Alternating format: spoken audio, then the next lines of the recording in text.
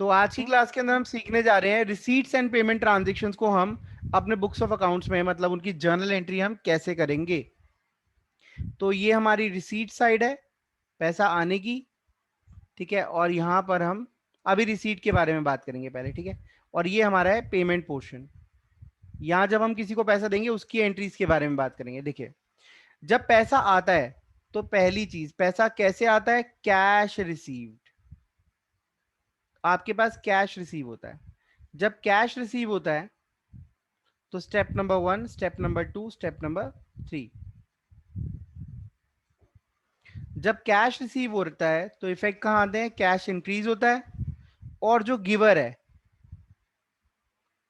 जिसने हमें पैसा दिया है, ठीक है, मतलब वो हमारा कौन है? डेटर है, वो कम हो जाते हैं, ठीक है। वो गिवर भी हो सकता है, या फिर हमें कोई इनकम रिसीव होती है, ठीक है, तो वो इनकम बढ़ जाती है। दोनों में रूल एक ही लगेगा। डेटर कम हो जाते हैं, किसी से हमने पैसा लिया उसकी एंट्री क्या होती है, या फिर हमें कोई इनकम रिसीव हो रही है उसकी क्या एंट्री होती है। तो देखिए, पैसा आया, पैसा आता है तो हमारी एसेट्स बढ़ रही हैं, एसेट्स बढ़ती हैं तो हम उसको डेबिट करते हैं। तो जब भी पैसा आएगा तो कैश अकाउंट आपने डेबिट करना है, ठीक है। उसके अलावा क्रेडिट क्या होगा? क्रेडिट कुछ भी, कोई डेटर है जिससे हमने पैसा लिया वो क्रेडिट हो जाएगा, या फिर कोई इनकम है तो वो हमारी क्रेडिट हो जाएगी। मतलब जब भी पैसा आएगा तो आपने कैश अकाउंट डेबिट करना है, और जिस भी वजह से पैसा आया, जिस भी सोर्स से पैसा आया, उसको आपने क्रेडिट करना है। तो अब जब आप इसकी जर्नल एंट्री बनाएंगे तो जर्नल एंट्री कुछ इस तरीके की बनेगी। Cash account debit to debtor, ठीक है। अगर किसी पर्सन से पैसा आया तो डेटर, और अगर कोई इनकम आपको रिसीव हुई है तो इनकम का नाम आ जाएगा, ठीक है। छोटा सा एग्जांपल ले रहा हूं। कैश रिसीव्ड फ्रॉम रमेश,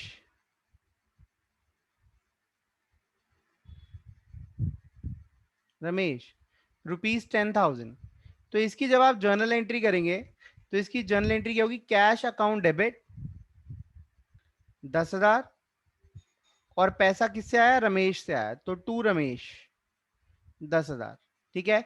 और नरेशन में क्या आ जाएगा? Being amount received, being amount received, ठीक है। ये हो गया हमारा first example. Next example number 2। अगर कमीशन रिसीव हुई, लेट से कमीशन आपको मिली है, commission received ₹2,000। In that case अब आपके पास कैश फिर से आया, इसकी जर्नल एंट्री क्या हो जाएगी? कैश अकाउंट डेबिट 2,000 रुपए टू कमीशन रिसीव। अब पर्सन का नाम नहीं है, अब हमारी इनकम का नाम है, तो यहाँ इनकम क्रेडिट हो जाएगी 2,000। Is that clear? Goods sold for cash, इसकी एंट्री क्या हो जाएगी? ये तो पता ही है आपको, गुड्स सोल्ड फॉर कैश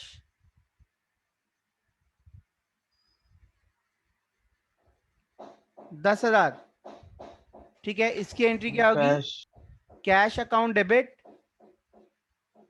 अब यहां पे हमारी इनकम का नाम क्या है? रेवेन्यू का नाम क्या है? दैट इज सेल्स अकाउंट, ठीक है। इसमें कोई डाउट है तो यू मे आस्क। कोई डाउट है? तो अब हम सीखने वाले हैं कि अगर हमें कोई भी अमाउंट चेक से रिसीव होता है तो उसको कैसे रिकॉर्ड करेंगे। बड़ा ही इंपॉर्टेंट पॉइंट है, तो यहां लिख लेना, अमाउंट रिसीव थ्रू चेक, ठीक है। तो यहां पे हमारे पास केस आता है, case number 1, that is cheque deposited on the same day. Cheque आया और हमने उसको जमा करा दिया, चेक मुझे मिला और मैं बैंक में जाते जाते उसे जमा कराया, ठीक है। जरा इसके पीछे थोड़ी सी कहानी भी लिख लेते हैं। ये है हम, मी, ये है मेरा कस्टमर। अब ये मुझे चेक देता है, और वो चेक आज दिया इसने 5 जुलाई को 2021, और मैं ये चेक आज ही बैंक में जमा करा देता हूं, ठीक है। तो ये चेक जो है मेरे बैंक में चला गया, इसका इफेक्ट कहाँ आएगा, मेरा कैश की जगह मेरा बैंक बैलेंस बढ़ जाएगा, बाकी सब कुछ सेम रहेगा। क्या, बैंक अकाउंट डेबिट टू जिससे भी मुझे वो पैसा मिला है, डेटर, ठीक है, और इनकम, जो भी इनकम रिसीव हुई है। क्लियर है, समझ आ गई इतनी बात? अगर मैं आज ही जमा करा देता हूं, इसमें किसी को पहले कोई डाउट है तो पूछ लो। हाँ जी, अब आगे चलते हैं। केस नंबर 2, केस नंबर 2 थोड़ा सा कंफ्यूजिंग है, ठीक है, ब्रैकेट में लिख लेना, ये बात करता है चेक इन हैंड के बारे में, ठीक है। ये कहता क्या है, cheque not deposited on same day, जिस दिन चेक मिला उस दिन जमा नहीं कराया। अब मुझे कस्टमर ने चेक दे दिया, ठीक है, ये रहा मैं, ये रहा मेरा कस्टमर, ये कस्टमर मुझे चेक दे रहा है, ठीक है, कब दे रहा है, 5 जुलाई को, और मैं आज बैंक नहीं जा रहा, मैं इसे जमा करा रहा हूं, डिपॉजिट कराने जा रहा हूं, कहां पर, बैंक में, लेकिन बैंक में मैं जमा करा रहा हूं 8 जुलाई को। तो 5 जुलाई को क्या मेरा मेरा बैलेंस जो है बैंक का, वो 5 जुलाई को बढ़ना चाहिए, 8 जुलाई को बढ़ेगा? इसका आंसर दे दो, मैं खुश हो जाऊंगा। सर 8 8 को जुलाई। बोलेगा। 8 जुलाई को बढ़ेगा है ना भाई, बैंक में 8 जुलाई को पैसा आया, तो 5 जुलाई को क्या एंट्री करें, 5th ऑफ जुलाई को ये चेक जो है मेरी जेब में पड़ा हुआ है, और इस चेक को मैं नाम दूंगा, इसकी जर्नल एंट्री आप करेंगे, लिखिए cheque in hand account debit, ठीक है, ये एंट्री आ जाएगी cheque in hand account debit, बाकी सब सेम रहेगा, टू डेटर और इनकम रिसीव्ड, जो भी आप करना चाहें, जिसका भी नाम है, ठीक है, क्लियर है। 5 जुलाई को इसकी एंट्री होगी cheque in hand account debit, ये मेरे बैंक में नहीं गया, और इसकी नरेशन क्या आएगी, being check received, check received from x, जिसे भी हमें चेक मिला है, ठीक है। नेक्स्ट, अब 8 जुलाई को, 8 जुलाई को ये चेक जमा कहां हुआ है, बैंक में, है ना। तो step number 1, step number 2, step number 3, 8 जुलाई को ये मेरे बैंक में ऐड हो जाएगा, तो बैंक का बैलेंस बढ़ जाएगा, और चेक इन हैंड का बैलेंस खत्म हो जाएगा, क्योंकि अब वो मेरे बैंक में जमा हो गया। बैंक मेरे लिए एसेट है, एसेट बढ़ती है डेबिट, चेक भी मेरे लिए एसेट है, ये एसेट कम हो गई क्रेडिट, मतलब ये एंट्री क्या हो जाएगी, अब मेरा बैंक डेबिट हो जाएगा, और चेक इन हैंड क्या हो जाएगा, क्या अब मेरे पास चेक रहा या नहीं रहा, आंसर दो। No sir. नहीं रहा, तो चेक इन हैंड डेबिट हुआ था, रिकॉर्ड हो गया था जी, चेक इन हैंड है, क्रेडिट हो गया तो वो खत्म हो गया जी, चेक इन हैंड बैंक में जमा हो गया। तो एक चीज जब डेबिट होके क्रेडिट हो जाती है तो मतलब वो खत्म हो गई, है ना भाई। आप किसी को 100 रुपए दो और फिर उससे 100 रुपए वापस ले लो, तो आपने ना कुछ दिया ना कुछ लिया, क्लियर है। तो ऐसी चेक इन हैंड आया था तो डेबिट, गया तो क्रेडिट, ठीक है। और इसकी नरेशन क्या आ जाएगी, बीइंग चेक डिपॉजिटेड। कोई डाउट है तो आप इसके अंदर पूछ लो, फिर हम आगे चलते हैं। अगर चेक जो रिसीव हुआ हमने अपने बैंक में जमा कराया, हमने तो अपने बैंक में जमा करा दिया, लेकिन जिसने हमें चेक दिया था उसके अकाउंट में तो पैसे ही नहीं थे, तो बैंक वाले उस चेक को बाउंस कर देंगे, डिसऑनर कर देते हैं। तो हमारा थर्ड पॉइंट क्या है, when a cheque is dishonoured, cheque is dishonoured, cheque की इज्जत नहीं होती तो चेक डिसऑनर हो जाता है, ठीक है। डिसऑनर को हम बोलते हैं बाउंस हो जाना, ठीक है। चेक टप्पा खा गया, बाउंस हो गया बोलते हैं, है ना। तो चेक बाउंस हो गया, तो बताओ क्या करोगे, क्या इफेक्ट आएगा। आपने तो अपने बैंक बैलेंस को बढ़ा दिया था, अब आपको अपने बैंक बैलेंस को क्या करना पड़ेगा, बढ़ाना पड़ेगा, कम करना पड़ेगा।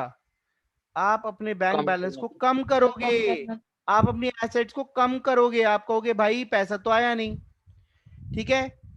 अब जिस इंसान से पैसा नहीं आया उससे पैसा लेना है या नहीं लेना, पैसा लेना है, तो उस इंसान का नाम डालोगे, डेटर, ठीक है। डेटर क्या होते हैं, एसेट्स होती हैं, और हमारे डेटर्स बढ़ जाएंगे, हम उससे पैसा लेंगे, एसेट्स बढ़ती हैं तो डेबिट, ठीक है।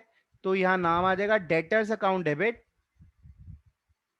Debtors account debit to bank account. ऐसा लग रहा है कि हमने किसी को पैसा दिया, हमने पैसा दिया नहीं है, इसने हमें जो चेक दिया बाउंस हो गया, तो हमने बैंक बैलेंस को कम कर दिया अपने, ठीक है। तो debtors account debit to bank account being cheque dishonoured. याद रहे, इससे अगर कोई इसकी वजह से हमारे ऊपर पेनल्टी लगी है तो वो भी इससे लेंगे हम, है ना भाई। लेट से अगर इसने 10,000 का चेक दिया था, ठीक है, तो 10,000 तो हम हमारे बैंक में कम करेंगे करेंगे, बैंक वाले कुछ चार्ज भी काट लेते हैं। सपोज 100 रुपए बैंक ने चार्जेस काट लिए, तो हम इसके अकाउंट के अंदर 100 रुपए और ऐड कर देंगे, अब तो 10,000 100 रुपए देगा हमें। क्लियर है? Let's do some examples on receipts, ठीक है। अब मैं यहाँ कुछ ट्रांजेक्शन दे रहा हूँ, पास जर्नल एंट्री। अब आपने जर्नल एंट्री पास करनी है, तो सब एक एक एंट्री सॉल्व करेंगे अपनी सीक्वेंस में, ठीक है। क्वेश्चन है, ये सारा क्वेश्चन रिसीट्स के ऊपर बेस्ड है, ठीक है। इसके अंदर एक और आप ऐड कर सकते हैं, rent received 8,000 25th April, commission received through cheque 5,000। These are the transactions. अब आपने इनकी जर्नल एंट्री करनी है मेरे साथ मिलके। सबसे पहली ट्रांजेक्शन है कैश रिसीव फ्रॉम सोहेल 10,000। अब आप इसको वर्किंग करो इसकी या ना करो, इसमें ज्यादा फर्क नहीं पड़ता, क्योंकि बहुत इजी इजी एंट्रीज हैं, इसमें वर्किंग नहीं भी करोगे तो भी चल जाएगी। ये देखिए, फिर भी मैं आपको करता हूं step number 1, step number 2, step number 3, ठीक है। तो स्टेप नंबर 1, कैश जब सोहेल से रिसीव हुआ तो कैश बढ़ गया, और सोहेल सोहेल ऑब्वियसली अगर हमें पैसा दे रहा है तो वो हमारा क्या होगा, डेटर ही होगा, है ना। या तो हम उधार लेते हैं तब पैसा आता है, या फिर हमने जिससे लेना होता है उससे लेते हैं।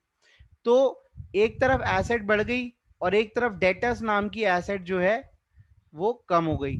तो कैश बढ़ता है डेबिट, और डेटर्स कम होते हैं तो क्रेडिट।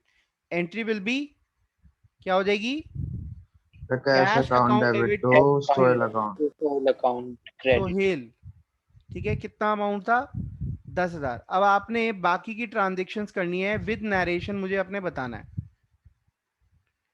ठीक है। Being cash received from Sohail, ठीक है। फटाफट ये सभी ट्रांजेक्शन को आप सॉल्व करिए, मैं आपका सॉल्यूशन चेक करूंगा, मैंने जो आपको लिखवाई थी वो आपको समझ आया नहीं आया, ठीक है। तो मे भी हमारी नेक्स्ट वीडियो के अंदर आएंगी ये क्लासेस, तो अगर ये डिस्कनेक्ट हो जाती है तो आपने नेक्स्ट वीडियो में ज्वाइन करना है।